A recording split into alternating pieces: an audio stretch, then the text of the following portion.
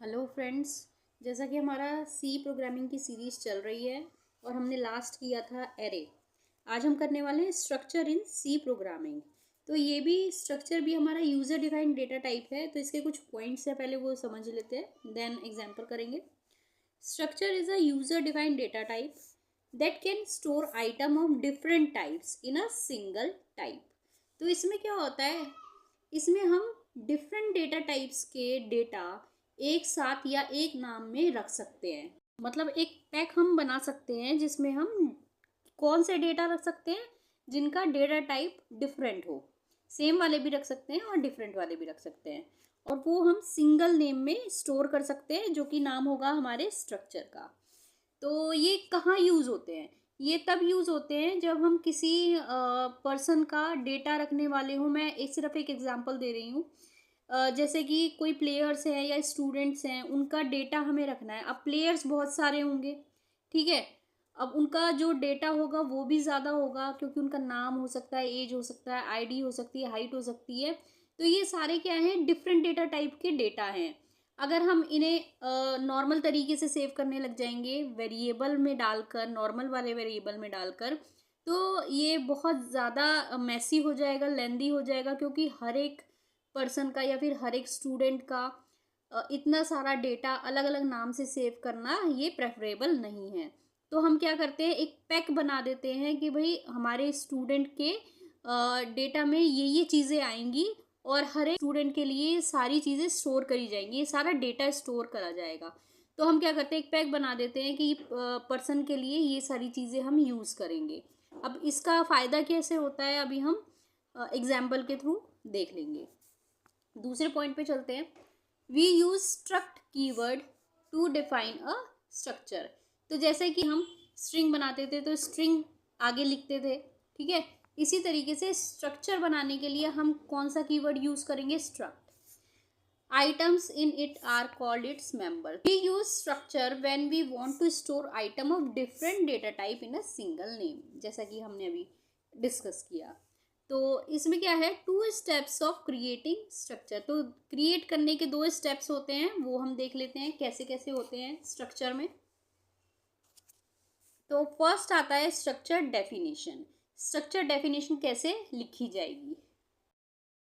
Definition के time पे हम कंपाइलर को सिर्फ ये बताते हैं कि जो स्ट्रक्चर है वो उसका क्या नाम है, उसमें कौन कौन से आइटम या फिर कौन कौन से मेंबर हम बनाने वाले हैं। इसमें अभी हम डेटा को असाइन नहीं करते हैं। तो किस तरीके से करते हैं देख लेते हैं।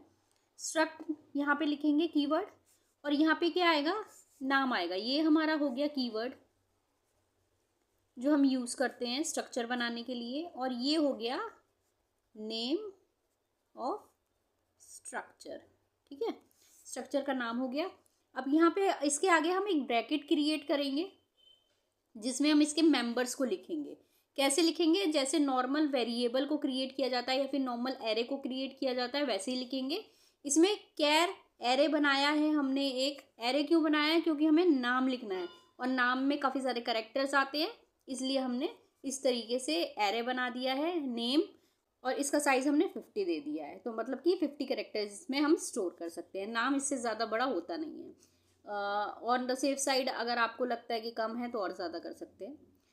दूसरा है इंट एज। तो एज हमने ली जो कि इंट डेटा टाइप की होगी। अब फ्लोट हाइट। अब हाइट क्या है, पॉइंट्स में आ सकती है, तो इसलिए हमने इसका डेटा टाइप फ्लोट लिया है, ठीक है। तो ये देखिए आप, ये सारे के सारे मेंबर डिफरेंट डेटा टाइप के हैं। ये क्या टाइप का है, ये इंट टाइप का है, ये फ्लोट टाइप का है। तो अगर हम कोई एरे बनाते हैं तो उस एरे में हम इस तरीके से डिफरेंट डेटा टाइप के नहीं रख सकते। उसमें क्या होता है, हम सेम डेटा टाइप के डेटा को रख सकते हैं। लेकिन अगर हमें ऐसा कुछ बनाना है, ऐसा कोई पैक बनाना है जिसमें हमें डिफरेंट डेटा टाइप के डेटा को रखना है, तो हम क्या यूज़ करेंगे, स्ट्रक्चर, ठीक है। तो ये हो गई इसकी डेफिनेशन, ओके। अब हो सकता है आपको इसमें और भी कुछ ऐड करना हो, तो अब जितना आपको डेटा स्टोर करना है आप उतने इसमें मेंबर्स को ऐड कर सकते हैं। अब सेकंड आता है क्रिएटिंग स्ट्रक्चर वेरिएबल और एन ऑब्जेक्ट। तो ये थोड़ा सी नया कंसेप्ट है। अब क्या करते हैं हम, ये बनाने के बाद हमें एक वेरिएबल या फिर एक ऑब्जेक्ट बनाना पड़ता है जो हमने स्ट्रक्चर क्रिएट करा है अभी, स्ट्रक्चर की डेफिनेशन दी है उसका। ठीक है, ये आप समझ सकते हैं कि ये वो प्लेयर्स हैं, या फिर जैसे कि हम स्टूडेंट की बात कर रहे थे तो ये वो स्टूडेंट्स के नाम है या फिर वो प्लेयर्स के नाम है, इस तरीके से। तो कैसे लिखेंगे इसको, इसकी डेफिनेशन देख लेते हैं। स्ट्रक्ट प्लेयर P1 मतलब क्या है, हमने जो स्ट्रक्चर था प्लेयर, ये तो एक स्ट्रक्चर है प्लेयर का। ठीक है, ये प्लेयर्स के डेटा में क्या क्या चीज़ें आती हैं, लेकिन हम क्या करने वाले हैं, डेटा किसका रखेंगे, हम प्लेयर्स का ही तो रखेंगे, लेकिन प्लेयर का नाम तो हमें देना पड़ेगा ना कि कौन से प्लेयर का ये डेटा हम सेव करने वाले हैं, P1 का, P2 का, P3 का, या इसके बजाय हम नाम, रियल नेम भी लिख सकते हैं। तो इसलिए हमें ऑब्जेक्ट या फिर वेरिएबल बनाना पड़ता है। तो हमने P1 एक वेरिएबल बनाया है, किसका, स्ट्रक्चर प्लेयर का। ओके, तो P1 के नाम से ही हम इसका डेटा सेव कर सकते हैं या फिर डेटा को रिट्रीव कर सकते हैं। अब हम प्लेयर यूज नहीं करेंगे, प्लेयर तो एक स्ट्रक्चर का नाम हो गया, लेकिन उसके मेंबर्स को एक्सेस करने के लिए हम क्या यूज करेंगे, P1 जो कि एक वेरिएबल है स्ट्रक्चर प्लेयर का। या फिर हम इस तरीके से भी लिख सकते हैं कि हमने जब डेफिनेशन दी स्ट्रक्ट प्लेयर और यहाँ पे सारे मेंबर्स लिखे, तो उसके आगे ही हम अपेंड कर सकते हैं वेरिएबल्स के नाम P1, P2 या जितने भी हैं, और इसको हम सेमीकोलन से क्लोज कर देंगे। तो इस तरीके से भी हम कर सकते हैं और अलग से भी हम बना सकते हैं बाद में डेफिनेशन के। तो ये हो गया हमारा दूसरा स्टेप। फर्स्ट था हमारा डेफिनेशन का, देन हमारा था वेरिएबल या फिर ऑब्जेक्ट क्रिएट करने का। अब देखते हैं उस पर ऑपरेशन किस तरीके से किए जाते हैं। ये सब तो हमने बना दिया, अब उस पर काम क्या करना है, हमें उसका डेटा सेव करना है या फिर डेटा को रिट्रीव करना है, तो वो सब कैसे करना है वो अभी हम देखने वाले हैं। अब मान लेते हैं हमारा पहला ऑब्जेक्ट क्या था या पहला वेरिएबल क्या था, P1 था। अब P1 की नेम में हमने सेव किया हुआ है राहुल। ठीक है, इस तरीके से हमने सेव किया हुआ है। सेव कैसे करना है वो भी मैं आपको बताऊंगी। आप एक बारी के लिए मान लीजिए कि उसमें उसका नाम है राहुल, तो इस नाम को कैसे एक्सेस करना है वो हम देखने वाले हैं। How to access structure members. तो सिंटेक्स इसका क्या रहेगा, स्ट्रक्चर वेरिएबल नाम आ जाएगा, स्ट्रक्चर का जो वेरिएबल हमने क्रिएट करा है अभी P1 वो आ जाएगा, डॉट मेंबर 1 मतलब कि जो भी मेंबर आपको इसमें एक्सेस करना है उसका नाम आ जाएगा। ऐसे ही जितने भी मर्जी आपके मेंबर्स हैं सबका ऐसे ही हम एक्सेस करेंगे। तो यहाँ पे एक एग्जांपल देख लेते हैं। हमने P1 क्रिएट करा था, मान लेते हैं हमने P2 भी क्रिएट किया है। P1 है एक प्लेयर और P2 है एक प्लेयर। तो P1 डॉट नेम अगर हम लिखेंगे तो हम क्या एक्सेस कर पाएंगे, इसके नेम में जो डेटा सेव है, P1 के नेम में जो डेटा सेव है वो एक्सेस कर पाएंगे। P1 डॉट एज, तो P1 के एज में जो डेटा सेव है वो एक्सेस कर पाएंगे। तो ये डॉट लगाना ज़रूरी है, पहले हम वेरिएबल का नाम लिखेंगे और उसके बाद जो मेंबर हमें एक्सेस करना है वो लिखेंगे और बीच में आएगा डॉट। P1 डॉट हाइट, इससे हाइट जो P1 में सेव है वो एक्सेस कर पाएंगे। सेम इसी तरीके से अगर हमने P2 भी बनाया है तो उसका भी हम ऐसे ही एक्सेस करेंगे डेटा। P2 डॉट नेम, तो नेम P2 के वाले नेम में जो डेटा सेव है वो एक्सेस हो जाएगा इससे। P2 डॉट एज, तो P2 की जो एज होगी वो एक्सेस हो जाएगी। P2 डॉट हाइट, तो P2 की जो हाइट होगी वो एक्सेस हो जाएगी। अब यहाँ पे हम देख लेते हैं कि ये जो हमने एक्सेस करा है डेटा, वो डेटा डालना कैसे, इनिशलाइज कैसे करना है स्ट्रक्चर के मेंबर्स को। तो इनिशलाइजेशन का मतलब क्या है, उसमें डेटा कैसे पुट करना है। तो पहले हमें आई थिंक ये वाला करना चाहिए था कि डेटा कैसे पुट करना है और देन डेटा को रिट्रीव कैसे करना है। तो देखते हैं, इन structure member can not be initialised with the declaration.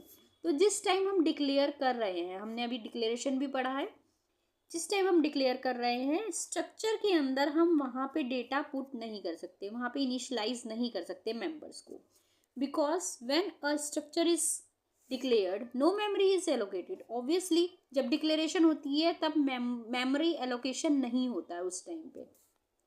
The memory is allocated only when it's variable is created, क्योंकि इसमें हमें एक वेरिएबल क्रिएट करना पड़ता है। वेरिएबल क्रिएट करने के बाद ही हम उस वेरिएबल के नाम पे डेटा को रख सकते हैं। तो जब पहले वेरिएबल ही नहीं है, कोई बंदा ही नहीं है, किसी बंदे का नाम ही नहीं है, तो हम उसका डेटा पहले ही पुट कैसे कर सकते हैं? तो हमें पहले वेरिएबल क्रिएट करना पड़ता है स्ट्रक्चर में। तो जब कोई बंदा एग्जिस्ट करता होगा, वेरिएबल का मतलब क्या है? किसी बंदे को हमने रखा है, तो कोई बंदा एग्जिस्ट करता होगा तभी तो हम उसके नाम पे डेटा रखेंगे। तो इसलिए हम पहले डेटा को इनिशलाइज नहीं कर सकते, ठीक है। देयर डिफ़ॉल्ट वैल्यूज यानी गार्बेज वैल्यू, अगर हम इनिशलाइज नहीं करते हैं तो उसमें क्या ऑटोमेटिकली आ जाता है, कोई भी गार्बेज वैल्यू आ जाती है। तो आई थिंक ये आपको कंसेप्ट समझ में आ गया होगा कि कोई बंदा हम क्रिएट करेंगे तभी उसके नाम पे हम डेटा रख सकते हैं।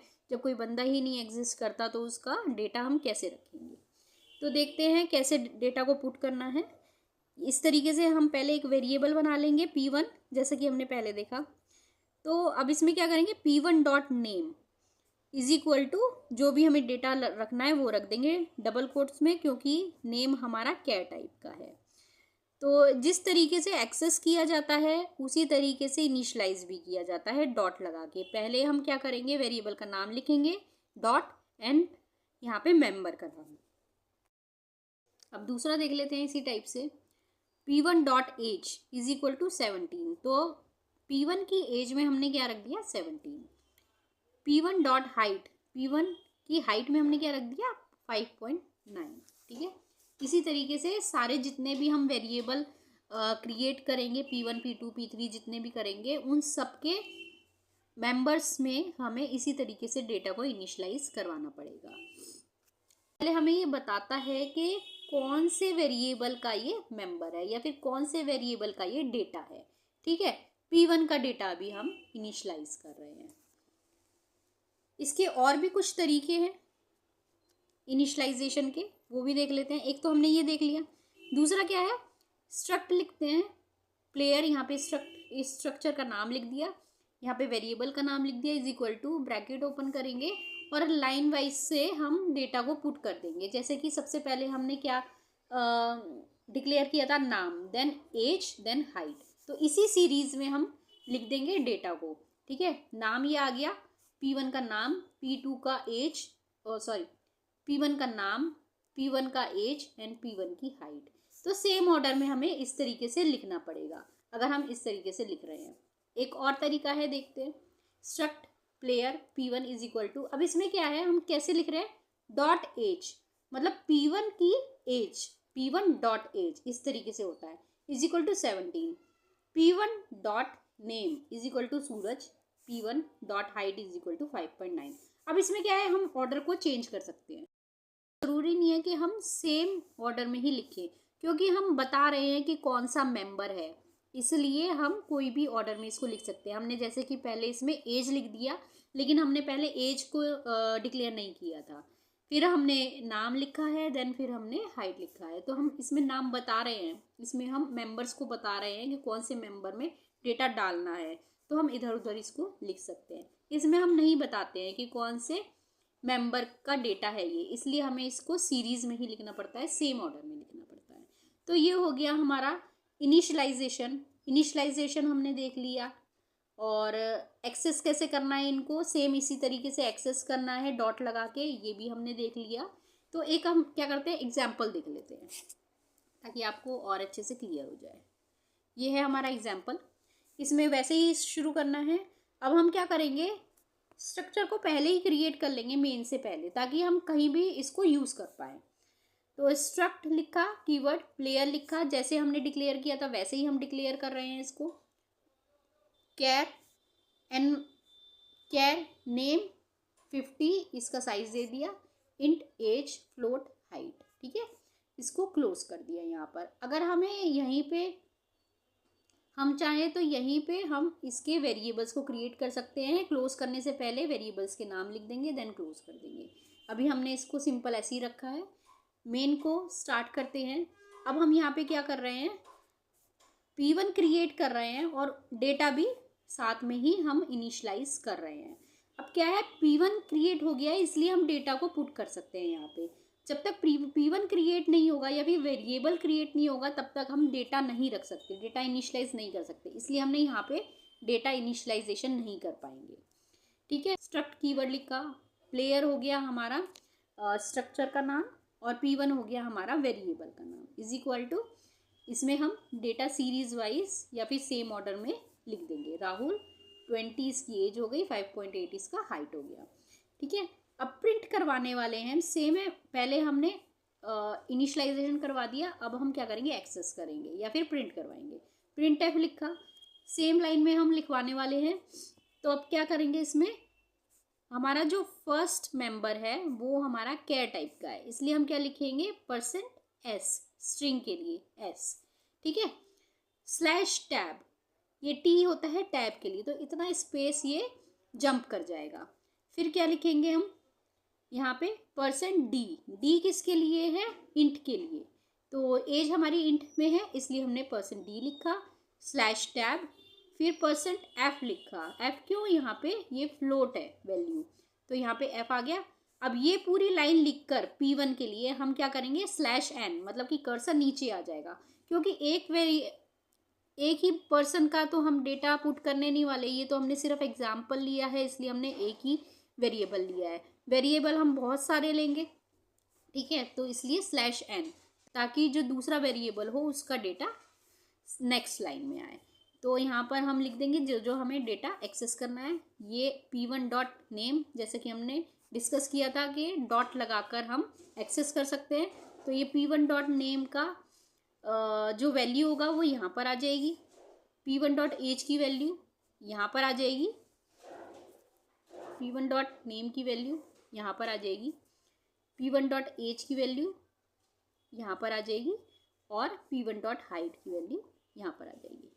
तो इस तरीके से हम इनिशलाइज कर सकते हैं। तो हमने इसमें इस एग्जांपल में हमने तीनों चारों चीज़ें देख ली, जो भी अभी हमने डिस्कस करी थी, कि हमने कैसे डिक्लेयर करा, कैसे इसका वेरिएबल क्रिएट करा, कैसे उस वेरिएबल में मेंबर्स की इनिशलाइजेशन करी, कैसे हमने उनको मेंबर्स के डेटा को एक्सेस करा। तो चारों चीज़ें हमने इसी एक एग्जांपल में देख ली।